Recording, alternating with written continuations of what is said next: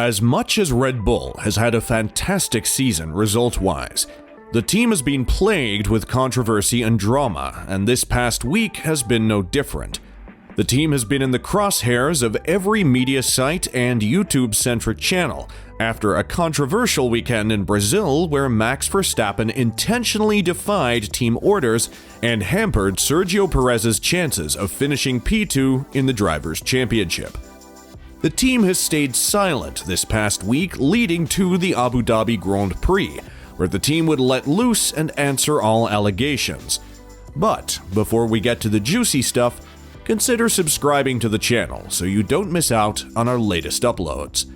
Now that's out of the way, let's get started. To say that Max has had a contentious relationship with the media these past 2 years is an understatement. Since Abu Dhabi 2021, both he and Red Bull have been the target of harsh criticism both from the media and the fans. And this past weekend, Max gave his haters, and to some extent his own fans, ammo to see him in a different light. And during Thursday's media session in Abu Dhabi, Max would finally speak out and say, "After that race, I looked very bad in the media, but they didn't have the clear picture. To immediately put me down like that is ridiculous. To be honest, because they didn't know how I work within the team and what the team appreciates about me. We had some good discussions. We put everything on the table and everything has been solved. In hindsight, we should have had that conversation earlier because I've never been a bad teammate. I have always been very helpful. The team knows that. I always put the team up front because at the end of the day, it is a team effort." Since that incident in Brazil, the Dutch media and Verstappen's fans were caused by Verstappen's belief that Checo had intentionally red flagged the qualifying session in Monaco to ensure that he was ahead of his teammate. The Dutch media would also add that Red Bull knew of this, a claim that the team has denied. Verstappen would be asked about this, to which he would reply with, "We keep it between the team and myself. The media don't know the real story, so you don't need to write the story. I'm just a bit fed up with all this bullshit just going around all the time. As soon as there's something negative, it needs to be highlighted. It's pretty sickening, to be honest, being part of all that. At the end of the day, I haven't done anything wrong. People just misunderstood what was going on." Checo would also refute these allegations and say, "That's speculation from the media out there and creating rumors," Perez said. "As I said, we are all aware of what is going on within the team and we want to keep everything within the team. That rumor is wrong. It's the last run of Q3, and yeah, people just make mistakes. That's really it when you're chasing the lap time. But you can already see that from turn 1 that I was playing with the throttle because it was where I was losing the lap time, and you can see already into turn 1 that I nearly lost it already."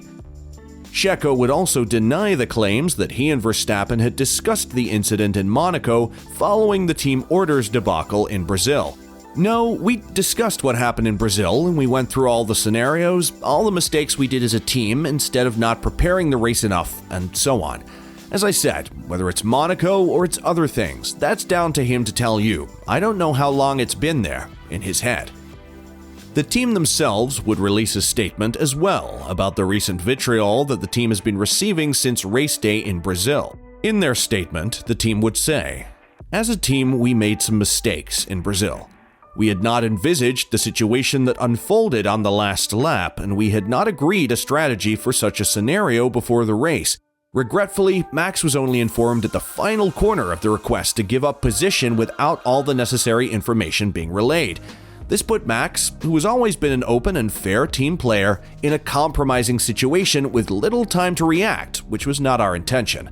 Following the race, Max spoke openly and honestly, allowing for both drivers to resolve any outstanding issues or concerns.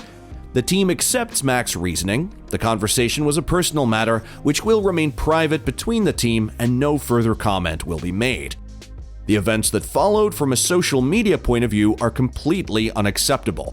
The abusive online behavior towards Max, Checo, the team, and their respective families is shocking and saddening, and unfortunately is something that we as a sport are having to address with depressing regularity.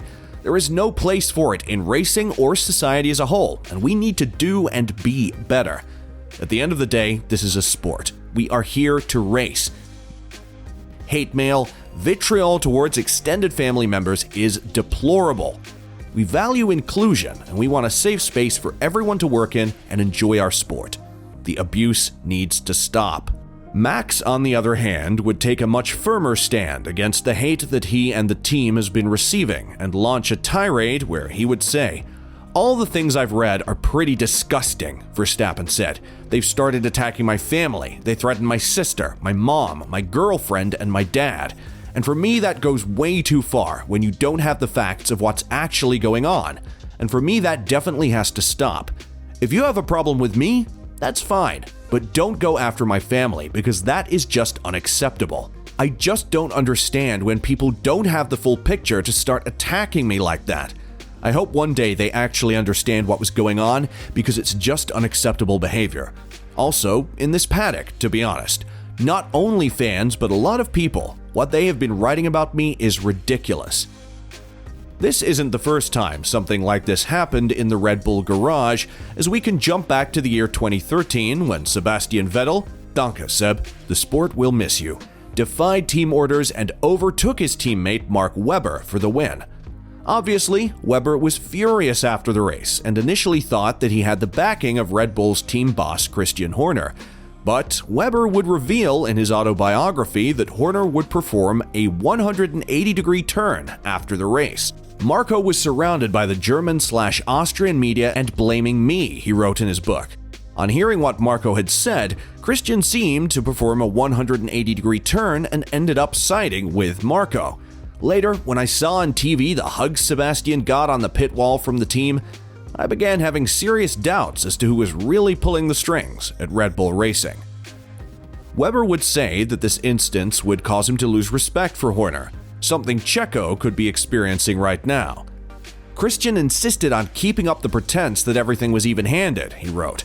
"All we wanted was to be told the truth, but he couldn't do that, and for me that was a sign of weakness. It was at this stage that I began losing respect for him." But as much as everyone is making a mess out of the situation, Checo would clear the air and say that he is ready to move on and trust Max and the team once again.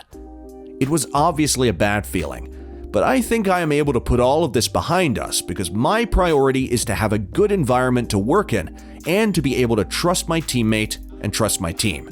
That's my priority. And there you have it, guys.